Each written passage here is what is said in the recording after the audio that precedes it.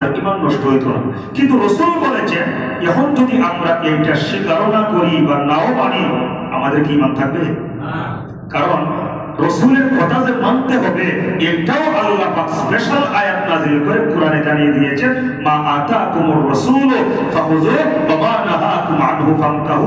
আমার রাসূল তোমাদেরকে যা দিয়েছেন তা তোমরা গ্রহণ করো, আমার রাসূল তোমাদেরকে যা করতে নিষেধ করেছেন তা তোমরা বর্জন করো। তাহলে সংবিধান আমাদের খেয়ে দিয়েছেন আল্লাহ এবং আল্লাহ রসুল।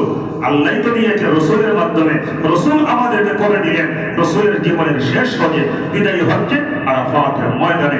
এখন আপনি যত সংবিধানই বানান, যদি মুসলমান হয়ে থাকেন এই কোরআন সুন্নাহকে ঠিক রেখে বানাইতে হবে।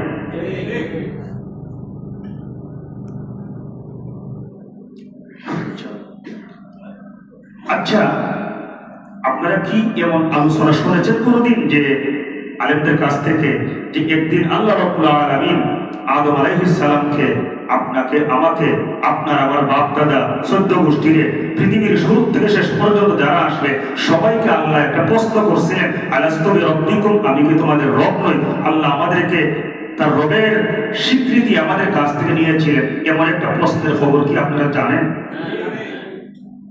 মিথ্যা বলি নাই তো? সূরা আরাফ এই যে ভাই বলে দিয়েছে। বাইরে আমার বন্ধুরা, আমার সূরা আরাফ 172 এবং 173 নম্বর আয়াত।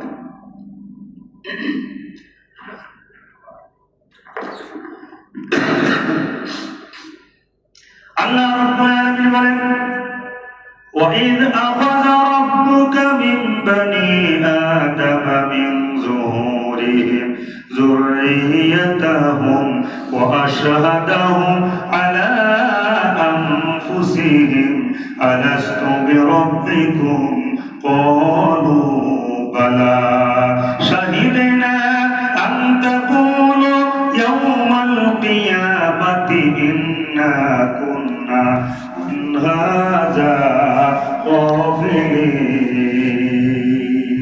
আল্লাহু আকবার।